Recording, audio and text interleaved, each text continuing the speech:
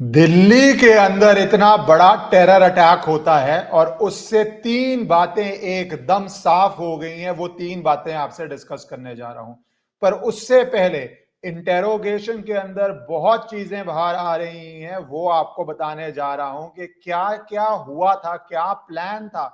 और सबसे बड़ा सवाल तो ये चल रहा है, क्या खतरा खत्म हो गया है? क्या जो ये पूरी कॉन्स्पिरेसी थी पकड़ ली गई है? क्या अभी भी ऐसे लोग बचे हुए हैं जो इस मंशा से बैठे हैं कि भारत के ऊपर हमला करें? क्योंकि जब पुलिस ने अरेस्ट शुरू किया है, जांच एजेंसीज ने अरेस्ट शुरू किया है, तो मोबाइल डाटा मिल रहा है, इलेक्ट्रॉनिक ट्रेसेस मिल रहे हैं, बात क्रिप्टो करेंसीज की भी की जा रही है, बात पेमेंट की भी की जा रही है, बात फाइनेंसेस की भी की जा रही है। तो कितना बड़ा था ये, कितना डीप था ये?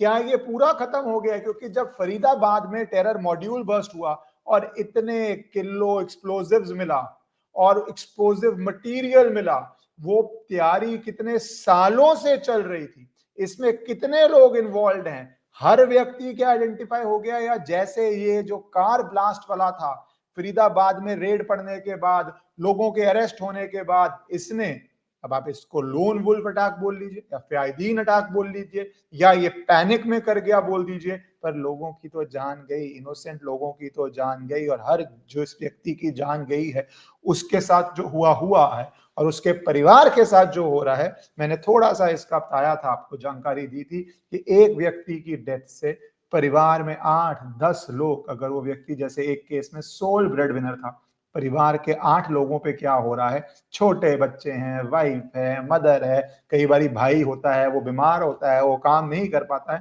पूरा का पूरा परिवार डिस्ट्रॉय हो जाता है। तो अब शुरू करते हैं। अगर हम शुरुआत करें डॉक्टर शाहीन के साथ, और मैं क्यों डॉक्टर शाहीन के साथ शुरुआत करना चाहता हूं, उसका एक रीजन है। वो रीजन आपको समझना पड़ेगा। डॉक्टर शाहीन शाहिद आतंकवादी कहती है, मैं अपने साथी आतंकी डॉक्टरों के साथ मिलकर देश भर में हमले की साजिश रच रही थी। पिछले 2 सालों से विस्फोटक जमा कर रही थी, 2 सालों से। अब मैं इनकी बात क्यों शुरू करी? क्योंकि एक बड़ी चीज एक्सपोज होती है।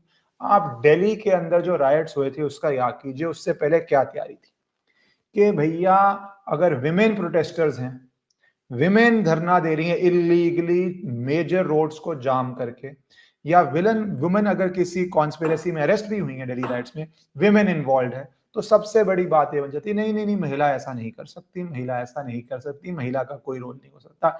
जबकि all across the world data after data, real case after real case दिखाता है कि विमेन जितना मर्द टेरर कर सकते हैं ना, कोई अगर मर्द का ऐसी माइंडसेट है, तो वुमन, ये देखिए, ये तो कहा जा रहा है जैशे मोहम्मद की वुमन विंग खोलना चाहती थी, खुद ही नहीं और वुमन को ऑन बोर्ड करना चाहती थी।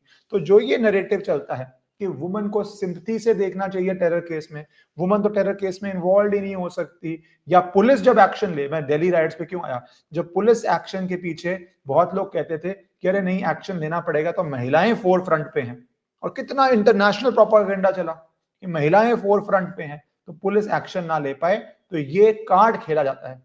डॉक्टर शहीन केस से आपको समझ आता है कि पुलिस को एविडेंस पे एक्शन लेना, चाहे मेल हो चाहे फीमेल हो। इस प्रोपेगेंडा जो आप भी सुनते रहते हैं, पूरा सोशल मीडिया पे चलता है कि लॉबी चलाती है, कुछ नहीं है ऐसा। प्रॉपर्टी राइट्स इक्वल हो ना हो, टेरर के अंदर तो इक्वल पार्टिसिपेंट हो सकती है, कहीं पे कम होगी, कहीं पे ज्यादा भी हो सकती है। तो ये पहला तो एजेंडा खत्म होता है। दूसरा एजेंडा जो बहुत जरूरी चल रहा था, उस एजेंडा से पहले आपको समझना पड़ेगा कि जो ये प्लानिंग थी कितनी व्यापक थी। 2 साल से कह रहे हैं, तो क्या इसका मतलब ये था कि ये जो ब्लास्ट था कब होने की तैयारी थी? कुछ सोर्सेस कह रहे हैं, और मैं आपकी स्क्रीन पर डाल भी देता हूं, कि 26 जनवरी को अटैक करने की तैयारी थी। ये ओरिजिनली 26 जनवरी के लिए क्या प्लान था? पुलिस प्रोब कर रही है, रिपब्लिक डे जो सेलिब्रेशंस थी वो को टारगेट करने के लिए था क्या? और ये कैसे? मोबाइल डाटा, जो प्राइम सस्पेक्ट एक अरेस्ट हुआ है, जो प्राइम सस्पेक्ट अरेस्ट हुआ है, जो कोई मोबाइल डाटा निकला है, वो मोबाइल डाटा जानकारियां दे रहा है। क्या जानकारियां दे रहा है डाटा? डॉक्टर, अगेन डॉक्टर, मैं डॉक्टर पे आऊंगा, मुजामिल, ये प्राइम सस्पेक्ट, वो का डाटा दे रहा है कि ये मल्टीपल रेकीज और विजिट करके आए थे। अगले 26 की लेनी, पिछले जनवरी 2025 में। पता है आपको रिपब्लिक डे परेड का रूट क्या है? आपको पता है कि देश के, और इतना जो वेपनरी इकट्ठी हुई, 350 बोल रहे थे एक जगह मिला, फिर एक्सप्लोसिव मटेरियल देखिए 2900। तो जो ये रिकवरी हुई और रिपब्लिक डे और देश के सारे बड़े पॉलिटिकल लीडर्स, मिलिट्री लीडरशिप, सब एक जगह हो और इतना हो, तो भाई साहब कल्पना कीजिए क्या हो सकता था। ये तो उस समय हमारा प्रोटोकॉल इतने अच्छे रहे, हमारी सिक्योरिटी एजेंसीज ने एरिया को ऐसे सील किया, सैनिटाइज किया कि ये अंजाम नहीं दे पाए। पर ये मल्टीपल विजिट्स कर चुके थे, तैयारी कर चुके थे वहां के लिए। अभी जांच हो रही है सुशील में। इतना जो आपने इकट्ठा किया, जो कितने ही हजारों लोगों की जान ले सकता है, और आप हाई प्रोफाइल टारगेट ही ढूंढ रहे थे। तो जब ये खबर मैंने पढ़ी, मैंने कहा हाँ, अगर हाई प्रोफाइल टारगेट्स की बात करो तो रेड फोर्ट 26 जनवरी, इससे बड़ा टारगेट क्या ही हो सकता है। Top top top 5-10 targets, top 5-10 days of Bharat के अंदर का ये टारगेट है, जहां पे सारी इकोनॉमिक लीडरशिप भी, बहुत बहुत प्रोमिनेंट इंडस्ट्रियलिस्ट भी आते हैं, इंटरनेशनल अटेंशन भी होती है, politicians including from prime minister to हमारे जो सारी आर्म फोर्स, एंडलेस है, आपको पता ही है रेड फोर्ट क्या होता है। दूसरे पे आ जाइए, अब जो डॉक्टर वाला नरेटिव है, ये डॉक्टर वाला नरेटिव बहुत जरूरी है, क्योंकि इससे पहले भी बहुत बारी ऐसे खबरें आई हैं कि 2023 नवंबर में जम्मू कश्मीर के एलजी मनोज सिन्हा जी ने डिसमिस किया था डॉक्टर निसार उल हसन। वो असिस्टेंट प्रोफेसर मेडिसिन था एक हॉस्पिटल में श्रीनगर के अंदर। इस बारी कितने डॉक्टर्स निकले हैं? तो दूसरा एजेंडा क्या चलता है कि भैया lack of education, lack of opportunity, lack of money in Bharat लोगों को मार्जिन में धकेल देती है, and after that people resort to such activities. यहां तो डॉक्टर्स थे, एक के बाद एक डॉक्टरों की लिस्ट है, एक के बाद एक डॉक्टरों की लिस्ट है। डॉक्टर से ज्यादा प्रेस्टिजियस प्रोफेशन पूरे वर्ल्ड में, चाहे आपका एजुकेशन लेवल हो, चाहे आपका इनकम लेवल हो, चाहे आपकी रिस्पेक्ट इन सोसाइटी हो, कोई नहीं है। पर ये डॉक्टरों का जो आ रहा है, इसकी और जानकारी लीजिए। तो पहला, दूसरा नैरेटिव भी बस्ट होता है कि पढ़े लिखे लोग या लैक ऑफ अपॉर्चुनिटी से लोग ये कर रहे हैं। भैया अपॉर्चुनिटी से तो तुम अपना नॉलेज, डॉक्टर की बहुत नॉलेज होती है, और 99.99% डॉक्टर तो लोगों की जान बचाने के लिए ही काम करते हैं। इनफैक्ट आप तो 100 बोलते थोड़ी देर पहले तक, बट अब ऐसे इंस्टेंसेस आ रहे हैं। तो जांच हो रही है और एक के बाद एक नाम निकल रहा है।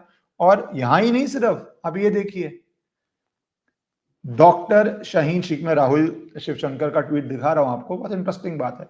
डॉक्टर शाहीन शेख रिवील करती है doctor Umar, doctor Muzammil, doctor Adil 2 साल से कर रहे थे, और इसके आगे 2 और women doctors, women involvement and education and money involvement, दोनों नैरेटिव्स। 2 वो women doctors, Dhaka, Doha, Istanbul triangle है। 2 वुमेन डॉक्टर श्रीनगर से, आनंदनाग से लॉजिस्टिक्स अरेंज किए थे, funded via digital wallets from Istanbul and Doha in 23-24। Both Dhaka medical college से थे। Input सब मिस्टर मनोज गुप्ता। तो आप देखिए कि पैन, ऑब्वियसली तो कोई डाउट की बात ही नहीं है, पैन वर्ल्ड बोलोगे, पैन रीजनल बोलोगे, भारत के बाहर से बहुत नेटवर्क का इनबिल्ट का सपोर्ट है। स्टेटमेंट इनके हस्बैंड की भी आई है, डॉक्टर शाहीन की एक्स हस्बैंड की, जो डाइवोर्स्ड हैं बहुत देर पहले से, वो भी जानकारी दे रहे हैं। वो कह रहे हैं कि मेरा तो बहुत सालों से कोई टच ही नहीं है। बट ये रेडिकलाइजेशन किस तरह छुपाई जाती है, मुझे पता नहीं उनका क्या है नहीं है, वो जांच एजेंसीज का है। पर रेडिकलाइजेशन किस तरह छुपाई जाती है? आप मेडिकल कॉलेज गए, मेडिकल कॉलेज में छुपाई गई। आप डॉक्टरों से मिले, आप लोगों को इंडोक्ट्रिनेट कर रहे थे, वहां छुपाई गई। तो किस तरह चीजें छुपाई जा रही हैं, ये देखने की बात है। फिर डॉक्टर शाहीन बोलती हैं कि जो उमार है ये सबसे रेडिकलाइज था। भाई तुम सारे मिलके इतने किलो, 1000 किलो से ज्यादा एक्सप्लोजिव इकट्ठे कर रहे हो, उसके अंदर भी मोस्ट रेडिकलाइज्ड कोई था, वो था डॉक्टर उमार, जो प्लान कर रहा था मल्टीपल टेरर अटैक्स कंट्री में करे। जब भी वो मिलते थे वर्क के बाद एट अल फलाह मेडिकल कॉलेज पे, अल फलाह मेडिकल कॉलेज पे भी जांच एजेंसीज लगी हुई हैं। क्या पहले से लगी हुई थी? देखो सब कुछ तो बताएंगे नहीं, किस तरह उन्होंने नेटवर्क बर्स्ट किया। वो एक स्टोरी आई है कि and hats off to the officers. अगर ये स्टोरी ही ओनली स्टोरी है, क्योंकि बहुत सारी और स्टोरीज होती हैं जो वो दिखाना नहीं चाहते कई बारी कि हमारे सोर्सेस क्या हैं, बट जो वो स्टोरी ओपनली बोल रहे हैं उसमें तो कोई हर्ज नहीं है कि पोस्टर्स लगे जैश ए मोहम्मद के। एक जमाने में बहुत लगते थे पोस्टर्स, पर इस बारी जो वहां पे ऑफिसर्स थे उन्होंने कहा क्यों लगे हैं, 370 हटने के बाद क्यों लगे हैं, लॉ एंड ऑर्डर हम खराब नहीं होने देंगे। उसकी जांच, एक पोस्टर की जांच से जो पोस्टर लगाने वाले सीसीटीवी मेहनत करके ढूंढा गया। इग्नोर भी होता था एक जमाने में, लग गए क्या फर्क पड़ता है। पर जिन लोगों के अंदर इतनी नफरत है ना, वो छोटे से छोटा काम पोस्टर लगाना से लेके बम बनाना सब में है, क्योंकि अंदर इतनी नफरत भरी पड़ी है तो वो करते हैं। तो वो पोस्टर से एक सुराग मिला, उसको अरेस्ट किया, फिर उसके आगे और नाम निकले, फिर फोन आए, फिर ट्रेसिंग हुई, कहां कहां कहां करके कहां कितना मटेरियल मिला आप देख ही चुके हैं। फिर ये उमार जो है ये पैनिक किया, बोल रहे हैं पूरा रेडी नहीं था एक्सप्लोसिव, पर इसने फिर भी जो ब्लास्ट कर दिया, पैनिक में हुआ या इसका टेंडेंसी ये थी, वो जो भी है, बहुत अनफॉर्चुनेट लॉस हुआ लाइव्स का, बट कितना बड़ा था ये आप सोचिए। तो नट नट क्या भारत के लिए खतरा खत्म हो गया? मेरे अनुसार इस ग्रुप का तो पता नहीं, ये ग्रुप पूरा राउंड अप हो गया, कुछ बचे हुए हैं, पर खतरा खत्म नहीं हुआ जब तक हम हार्ड ट्रुथ, रियलिटी फेस नहीं करेंगे। वो फेस जब हम करेंगे रियलिटी कि हमें अनकॉम्प्रोमाइजिंग होना है, हमें हर एक्सटेंट तक जाना है, और हमें हर समय सतर्क रहना है, और हमें किसी भी नैरेटिव में आंखों में पर्दा नहीं डालना कि एजुकेटेड है तो भैया शक मत करो, वुमन है तो भैया शक मत करो। एविडेंस, जांच एजेंसीज का एविडेंस और टेक्नोलॉजी से जो भी आता है शक के दायरे में, उसके ऊपर आपको प्रिवेंटिव एक्शंस लेने हैं एज पर लॉ। और बहुत पावर है लॉ में। कुछ लोग मुझसे पूछते हैं कि सर लॉ क्या कर सकता है? लीगली एंडलेस पावर्स हैं जांच एजेंसीज के पास। बस ये है कि उसका, जिस तरह मैं बता रहा हूं, पोस्टर लगाने से लेके इतने बड़े टेरर नेटवर्क तक एजेंसीज पहुंच गई, इतने बड़े नेटवर्क तक। क्यों? क्योंकि उनको किसी ने बाधा नहीं डाली, वो अपनी जो एविडेंस है उसको फॉलो करते रहे, ट्रेस करते रहे, यहां तक पहुंच गए। आने वाले दिन पर जो भारत पे ये हमला हुआ है, जो ये खतरा है, और ये बार बार हो रहा है, बार बार हो रहा है, इसका हमें डिसाइसिवली अपना मन बना के, रियलिटी देख के सोल्यूशन निकालना पड़ेगा।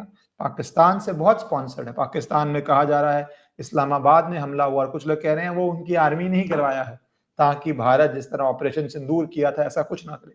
वो डिसीजंस गवर्नमेंट ऑफ इंडिया को लेने हैं, बट जड़ तो इसकी पाकिस्तान से ही है, और जड़ को आपको सॉल्व करना पड़ेगा। भारत माता की जय।